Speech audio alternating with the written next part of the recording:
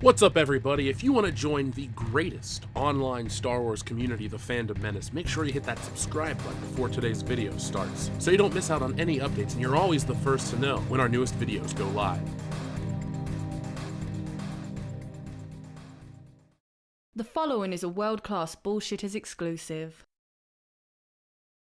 2019 was the year of Marvel. April saw the release of Avengers Endgame, which went on to become the biggest film in history. The other two theatrical releases from Marvel, Spider-Man Far From Home and Captain Marvel, also broke records by crossing the billion-dollar mark. So, in a year of major wins for Marvel Studios, why are Marvel fans worried about the bleak future that lies ahead? Why are they convinced that the Marvel brand has peaked and the rest of the MCU will suffer a major decline in quality? Well, it's a complicated answer.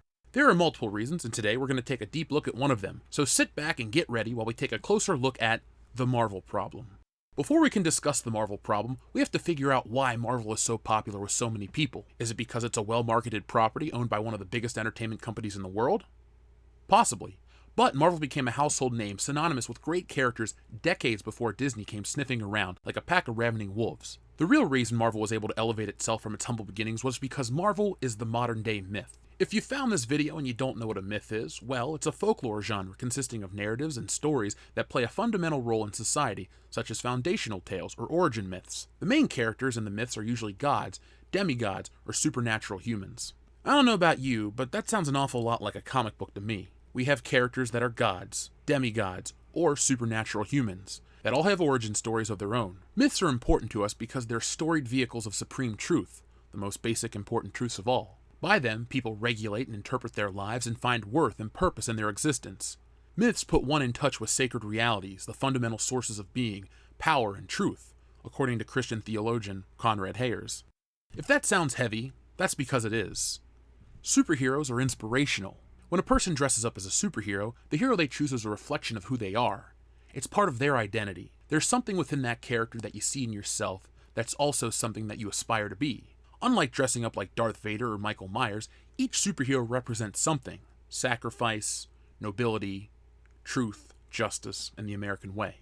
Though new, by mythological standards, superheroes are deeply ingrained in our society, and that's a major reason why we rush out to see the newest films in theaters. For all the reasons stated earlier, and more, superheroes have a very passionate fan base. Every hero is someone's favorite, and when a mysterious and stupid campaign to appease a phantom audience arises, people get angry, and rightly so. One of the newest and dumbest changes coming to the MCU is the rumor that both Magneto and Professor X are going to be black. Let's dig deeper. Marvel Studios considering making Professor X and Magneto people of color in X-Men reboot. The X-Men could have a unique twist to them when Marvel Studios rolls out their inevitable reboot. Kevin Feige and company are considering having people of color portray both Magneto and Professor X in the MCU. Full Circle Cinema has learned. While the change wouldn't alter much for Charles Xavier, as he was born in New York to a wealthy family, it may lead to Marvel Studios taking some liberties with Eric Lensher's origin. In the pages of the X-Men comics, Magneto was born in the 1920s to a Jewish family. During World War II, Eric was sent to Auschwitz, a Nazi concentration camp. With the current MCU taking place in 2023, it's difficult to imagine a near 100-year-old Magneto taking on the X-Men. Marvel Studios will have to take some steps to differentiate this incarnation of the X-Men from what Fox has done over the better part of 2 decades. Making the two potential leads of the franchise people of color could be a huge step in doing that, as well as helping to push diversity in the MCU forward.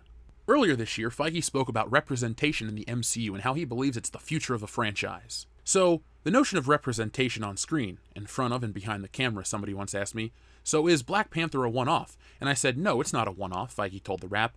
This is the future. This is the way the world is, and the way certainly our studio is going to be run going forward, because it brings about better stories. The more diverse group of people making the movie is, the better the stories. Ugh.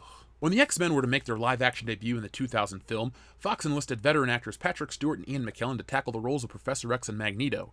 They would portray the characters until the studio decided to do a soft reboot of the franchise with X-Men First Class, and James McAvoy and Michael Fassbender took over the roles, although McKellen and Stewart would appear again in Days of Future Past alongside their younger counterparts. So obviously this is a terrible idea. My stance on adaptations is, if it looks a certain way, in multiple mediums, then that's how it looks.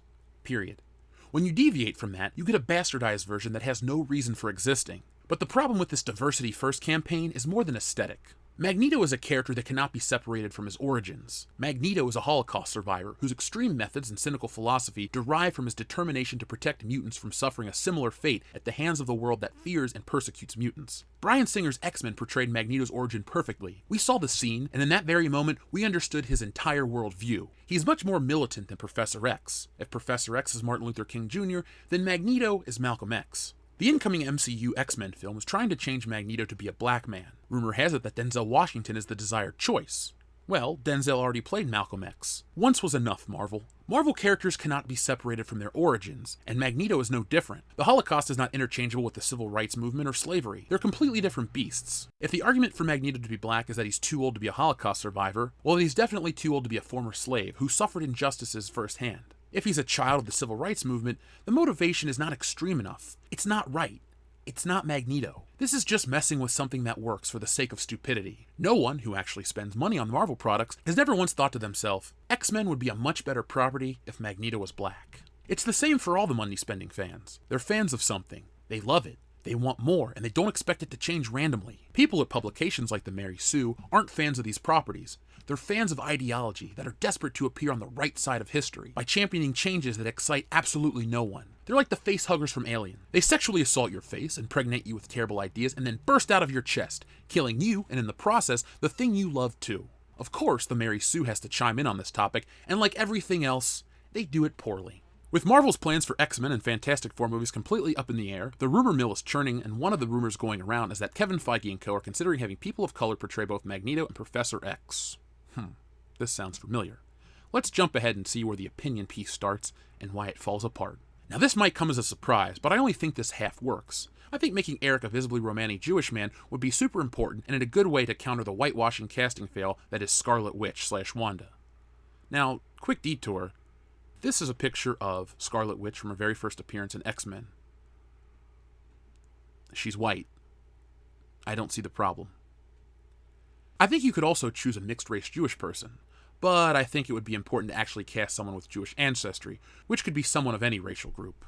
Again, this is acting. It's fake. David Prowse didn't have the Force, Robert Downey Jr. didn't have the Iron Man technology, and Brie Larson can't fly. What a surprise. As for Charles Xavier, I think he works best as a white guy because of his relationship to power. Charles is a manipulator in many ways, who has taken advantage of young people and turned them into child soldiers. When you read Professor X in the comics, there's a lot of privilege that he has, that I think makes his optimism about human-mutant relationships so viable in his mind. He also has a very colonial mentality, molding these kids into his idea of what it's meant to be a good mutant. What I do think would work better is that if you keep Charles white, but diversify the rest of the X-Men.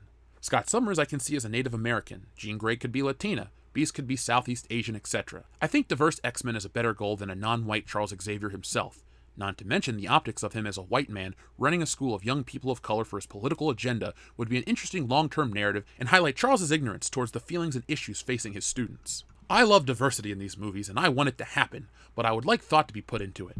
While organic diversity is a term that I feel has been weaponized, I do feel like that if you're going to race-bend important characters, you need to think about how that would change their mentality and experiences. You want to write a non-white Charles Xavier? Then think about how that would change him and his makeup of the X-Men. Let's not forget about that part of the reason Charles and Magneto have conflict about their methods is because Magneto is a two-time minority.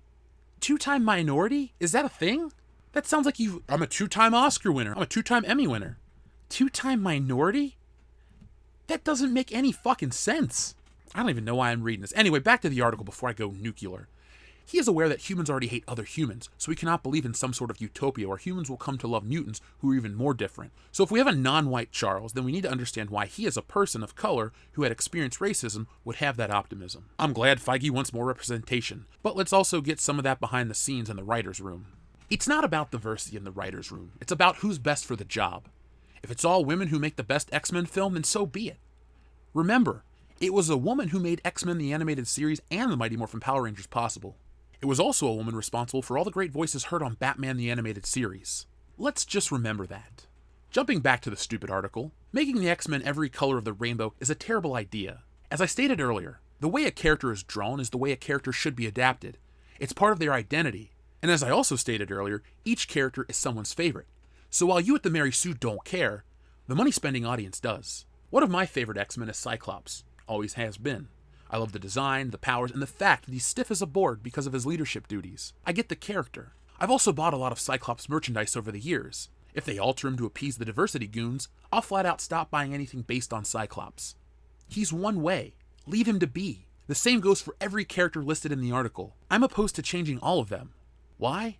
Because it's not the character. The funny thing about the X-Men is that it's already the most diverse cast in comics history. If there was a giant laser pointed at Earth, and the aliens' only demand was a diverse X-Men film, then all they need to do is pick other characters. I don't think anyone wants an adaptation of the early Stan Lee, Jack Kirby comics. They're not the greatest offering from early Marvel. There's a reason why that book was cancelled, and for years, nothing but reprints were re-released. That brings us to the giant-size X-Men team, which is incredibly diverse without being forced. On it you have Storm, who is a black woman, Wolverine, who is a Canadian man, Colossus, who's a Russian man, Cyclops, who's a white man from America, you have Thunderbird, who's a Native American, and Nightcrawler, who has blue fur and is from Germany. That's a pretty diverse team right there. They hit a lot of different colors, ethnicities, and mutations. Remember, these are fictional characters with mutations. So that's a pretty diverse team that no one would complain about. They're iconic X-Men, and with some light tweaking, they can be used for the X introduction into the MCU. If we take the route that I'd like to see, Marvel could give us the Jim Lee team, or the X-Men the Animated Series team. There are a few differences, but we all win either way. On that team we have Jean Grey, who's a redhead, Storm, who's a black woman, Beast, who would be a blue furry mutant at this point, Colossus, again, the Russian man, Gambit, a Cajun, Psylocke, who's Asian, well, a British woman in an Asian body, Rogue, Cyclops, Wolverine, again from Canada, and a whole other slew. We can include Jubilee, she's Asian as well. So if diversity is so important, instead of making the characters that are already one way, just bring in another character that everyone likes, that happens to represent some group, if we need that to happen. I don't think there needs to be a diversity quota in entertainment like these people in Hollywood do. The story should come first. A great story can bring people together and make them realize that they have fewer differences than they thought. Have you ever spent time in a comic book store? You see people from every walk of life coming together to celebrate the things they love. Race, gender, creed, and all other things don't matter.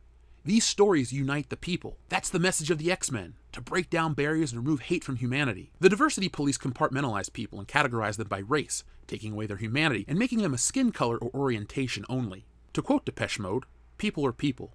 So, why should it be that Marvel takes away the humanity of these characters to look cool in 2019? Race swapping in the X-Men isn't the only place where Marvel is attempting to appease this phantom audience fueled by diversity and hate for white characters.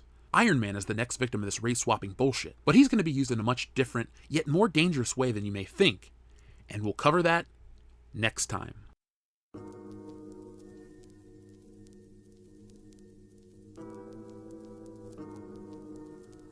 So this video changed very much during the writing process. In pre-production, it looked like it was going to be a very Spider-Man-centric video. But as I dug deeper into the X-Men situation, I found out that I had a lot more to say. So normally I don't lay these things out for the audience too early, but it looks like this Marvel video has turned into a Marvel series. Part 2 will be out on Wednesday and will focus on Robert Downey Jr.'s involvement with future MCU projects, and why that won't help the diminishing returns of the MCU.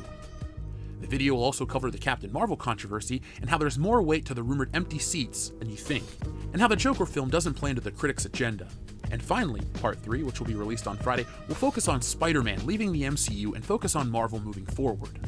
So if those excite you, make sure you're subscribed to this channel. The Star Wars toy video will be released after this Marvel saga. Sometimes you just dig deeper into a topic and you find gold. So folks, I'd like to thank each and every one of you for watching this video. On your way out, make sure you hit the thumbs up button and share it all over social media. If you like content like this and you want more, we're over on Patreon, patreon.com/worldclassbs. We have all kinds of awesome stuff. $5, which is only 17 cents a day, gets you access to commentaries, a weekly podcast, and a whole hell of a lot more. And the more tiers you go up, the more stuff you get. You can watch videos with us, exclusive things, and you always have the best line of communication to world-class bullshitters. If you're really focused on community as well, we're over on Facebook. Join the private group, get involved. It's a lot of fun. There's a lot of great people in this community. And it shows just because we have a dissenting opinion on entertainment doesn't mean we're a bunch of hateful people.